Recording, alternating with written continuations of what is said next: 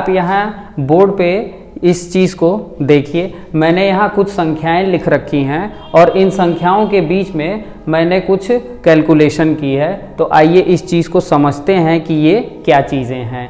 जैसे यहाँ पे सबसे पहले देखिए एक चिन्ह बना हुआ है और इस चिन्ह के अंदर एक संख्या लिखी हुई है और इस चिन्ह के इस संख्या के बाहर एक और संख्या लिखी हुई है और इस संख्या के दाहिनी तरफ एक और संख्या लिखी हुई है और यहाँ नीचे एक और संख्या लिखी हुई है।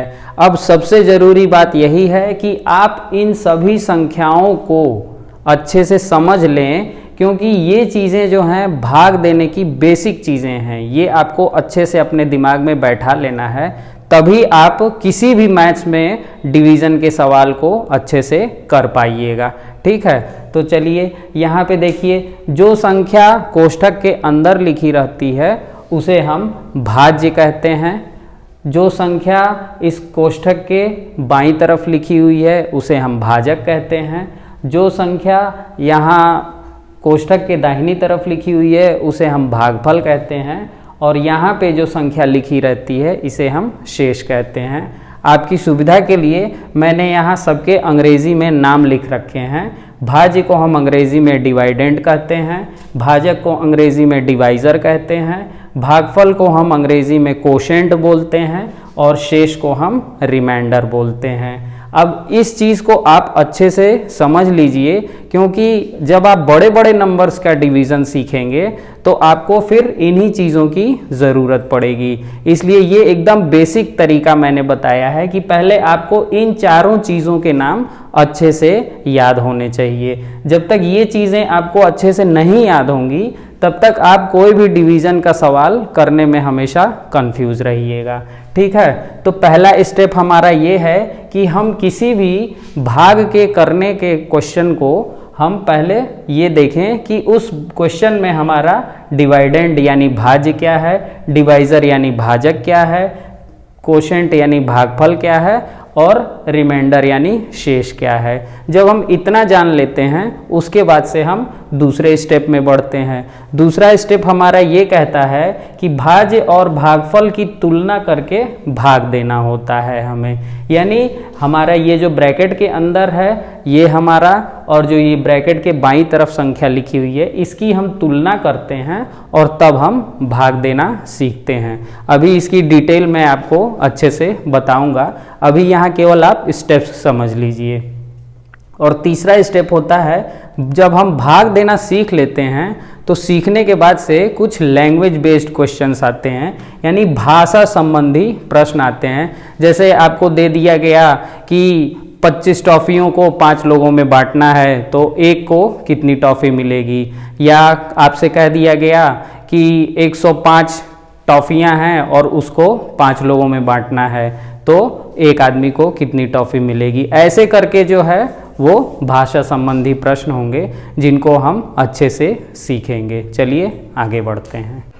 हमारे डिवीज़न पोर्शन का ये लास्ट टॉपिक है जिसमें हम भाषा संबंधी प्रश्नों को समझने की कोशिश करते हैं। वैसे ये पोर्शन बहुत आसान है, लेकिन आप लोग इतना ज़्यादा कंफ्यूज रहते हैं कि मुझे खुद समझ में नहीं आता है कि आप लोगों को किस तरीके से समझाया जाए। तो देखिए बच्चों, सबसे पहले ये चीज़ समझ लीजिए कि जब तक आप क्वेश्चन को पूरा पढ़ेंगे नहीं तब तक आप इसका आंसर कभी भी अच्छे से नहीं निकाल पाएंगे। कभी कभी ऐसा होता है कि क्वेश्चन एक बार पढ़ के नहीं समझ में आता है और आप लोग घबराने लगते हैं। ठीक है, तो देखिए मैंने आपसे ये कहा कि आप प्रश्न को पढ़िए, एक बार पढ़िए, नहीं समझ में आया तो 2 बार पढ़िए, 3 बार पढ़िए, 4 बार पढ़िए और 5वीं बार अगर आपने मन से पढ़ा है तो आपको ज़रूर जो है क्वेश्चन को सॉल्व करने का हिंट मिल जाता है। ठीक है ना, मेरी इस बात को अच्छे से याद रखिएगा। ऐसा कभी नहीं होगा कि आप 5 बार क्वेश्चन को पढ़ें और आपको हिंट ना मिले। ठीक है, 529 पेंसिलों को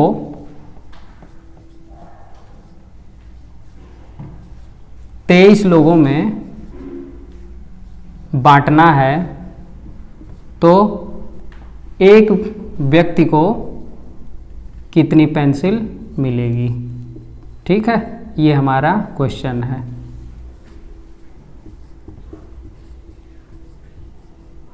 तो देखिए यहाँ भी आप दिमाग लगाइए कि आपको लोगों को बांटना है कि पेंसिलों को बांटना है, यही लैंग्वेज है, इसी लैंग्वेज को पकड़ना है। तो हमें अच्छे से समझ में आ रहा है कि पेंसिल को बांटना है, तो जिसको बांटना है उसको डिवाइड का साइन बना के अंदर लिख दिया जाए, और कितने लोगों के बीच में बांटना है वो संख्या जो है वो हम बाहर लिख देते हैं। अब देखिए हमारे पास फिर वही तरीका आ गया, देख रहे हैं ना, लैंग्वेज पढ़ने का, क्वेश्चन को बार बार पढ़ने का नतीजा क्या हो रहा है आपके सामने है। देखिए आप प्रैक्टिस करिए, practice is the key to success. Practice से बढ़ के कोई चीज़ नहीं होती है, ठीक है। अब यहाँ भी 2 डिजिट है तो हम 2 डिजिट ले लेते हैं, ठीक है। जैसे ही हम डिवाइड करना स्टार्ट करते हैं तो हमें याद आता है कि 23 2 जा 46 होता है, और 2 में से 6 नहीं जाएगा तो फिर हम वही पुराना मेथड यूज़ करेंगे, 12 इससे कैरी लेंगे तो ये 12 हो जाएगा, 12 में से 6 माइनस करेंगे तो 6 हो जाएगा। यहाँ 4 बचा, 4 में से 4 गया 0, और उसके बाद से ये 9 हमारा उतर जाएगा। अब देखिए यहाँ पे 23 है और 69 है, तो अगर टेबल नहीं याद है तो फिर बैठ के टेबल करिए, 23 1 जा 23 2 जा 23 3 जा 24 3 जा, ऐसे आप करते रहेंगे तो आपका टाइम ज़्यादा जाएगा। और इसी चीज़ के लिए मैं आपको बार बार बोल रहा हूँ कि आप टेबल ज़रूर याद कर लीजिए, ठीक है। क्लास 8th तक 25 तक की टेबल आप ज़रूर याद कर लीजिए। और हमको पता है कि 23 3 जा 69 होता है, तो हम यहाँ 69 लिखेंगे और हमारा आंसर आ चुका है। अब फिर समस्या वही है कि आंसर हम इसको लिखें कि इसको लिखें। तो आपको मैंने बताया है पिछले क्वेश्चन में कि हमारा ये जो कोशेंट आता है यही हमारा आंसर होता है, ठीक है। तो मुझे उम्मीद है कि मेरे इस बताए गए तरीके को आपको अच्छे से समझ में आया होगा, और फिर आप अपने बुक्स से जो भी क्वेश्चन डिवाइड टॉपिक के मिलते हैं आप उसकी प्रैक्टिस करिए। अगर आपको उसके जवाब नहीं आते हैं तो आप मुझे वो क्वेश्चन कमेंट बॉक्स में पूछ सकते हैं, और फिर मैं उसके जवाब आपको देने की कोशिश करूँगा। चलिए अब आगे बढ़ते हैं। इतना जानने के बाद आपको ये ज़रूर लग रहा होगा कि आपने मैथ्स का डिवाइड करना सीख लिया है, और अगर डिवाइड करना सीख लिया है तो यहाँ बोर्ड पे मैंने कुछ क्वेश्चंस लिख रखे हैं, ज़रा इनको डिवाइड करके देखते हैं कि आंसर हमारा क्या आने वाला है। मान लीजिए कि मैं ये एग्जाम्पल ले रहा हूँ और हम 154 को 15 से डिवाइड करना स्टार्ट करते हैं। तो देखिए 15 यहाँ है, 15 यहाँ है, 15 1 जा 15 हो गया।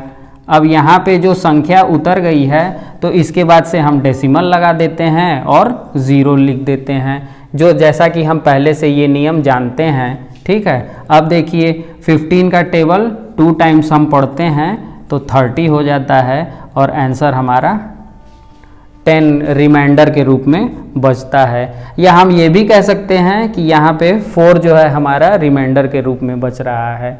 अब देखिए अगर आपको भी इस क्वेश्चन का आंसर 1.2 लगता है तो आप बिल्कुल गलत हैं, ठीक है।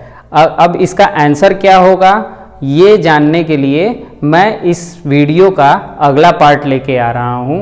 उस वीडियो में मैं ये सारी चीज़ें आपको क्लियर करूँगा कि जब कोई ऐसा नंबर मिल जाए जिसमें हमको इस बात का कन्फ्यूजन हो कि हम डेसिमल कब लगाएंगे और 0 कब उतारेंगे, तो फिर हम इस सवाल को हल कैसे करें, इसके लिए आपको वीडियो का अगला पार्ट देखना पड़ेगा। तो आज के लिए इतना ही। और हाँ, आप लोग मुझे इन क्वेश्चंस के आंसर कमेंट बॉक्स में ज़रूर दीजिएगा।